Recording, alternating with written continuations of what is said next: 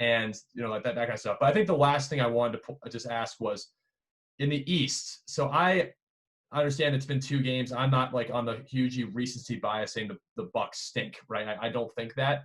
I do think that they're going to lose to the Raptors because I think the Raptors just defensively are just going to shut down or neutralize Giannis. And I just don't think Chris Middleton's good enough. I don't know what you see in the East and if you agree with that.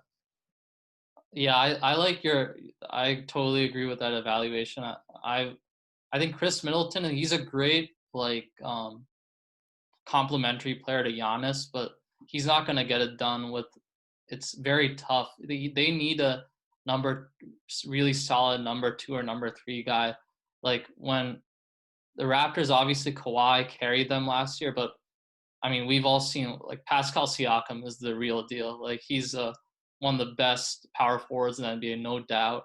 And to carry them to the 2 seed, that's why part of why they won the championship, especially with Van Vliet. But I think it's tough with the 76ers. They don't have Ben Simmons right now. He's one of the best defenders in the NBA. And then Celtics just lost Hayward. I think the Celtics, they're a very deep team. Jason Tatum is a really good young player. I think it'll be tough to beat them too because they have great coach in Brad Stevens. So, and I see them play a lot in Bentley. But I think that them and the Raptors can give the Bucks a good shot. The only reason I think the Celtics are just not going to get by the Raptors is just their size. I like Tice. I think Tice does a great job for what he can bring, and he's only 6'8", though. I think they got a guy like Steven Adams in their team. I'm not saying OKC's going to give them up, but that would get them to the finals because they just need a big guy who can just neutralize a big presence on the Raptors or the Bucks, right? And that's just kind of it there too. But I think the last thing I wanted to bring up. So I've talked about on this thing. I think that Joel Embiid has a attitude issue. I think there's something missing there with him.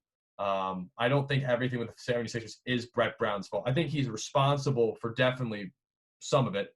But I think there's a problem with Joel Embiid. Do you see that, or do you see it more the problem with the Sixers on Brett Brown?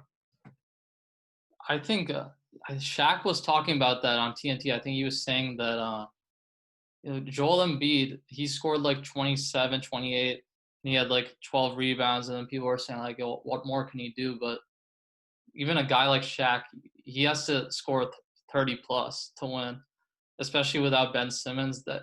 And I think Joel Embiid, I think he needs to fix his mentality and have maybe a more like an old school mindset. Just he's got to bully people in the post. You got to think that you're the best center in the NBA, and you have to score. You have to take it upon yourself to score, not just leave it for Tobias Harris or Josh Richardson. So, yeah, I think definitely the Sixers have some sort of problem there. A lot of people give Brett Brown the blame, but I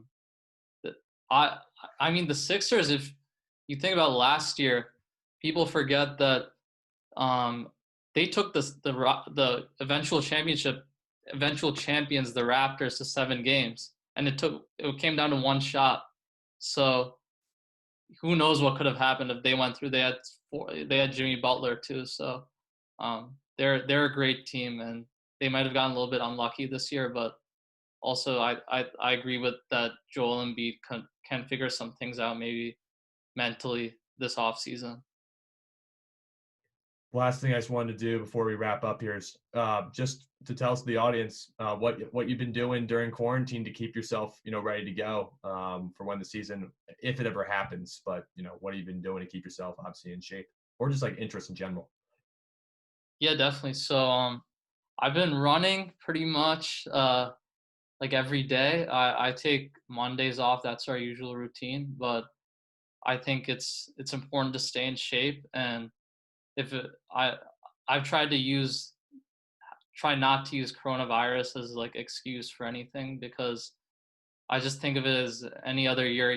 I'd be running, I'd be preparing for school, I'm doing the same things that I would be doing, and you never know when the season will start. I want to be ready for track season whenever it starts, and I really believe that the work that you put in now for anything, it'll help you out in the future. So I love running. I think I mean I was at the track today. I've been talking to runners and stuff, and I think coronavirus gives you more of an opportunity to get better in whatever sport, especially that you're training for. You get even more time right now. So I think it's an even better opportunity. And I think if people think of it like that, it's good. I know a lot of people are dealing with like family health issues and stuff, and that's really tough. So obviously if you're in that situation, I've been blessed that so far that I haven't had to deal with any of that. But yeah, and other than running, just going back to school next week,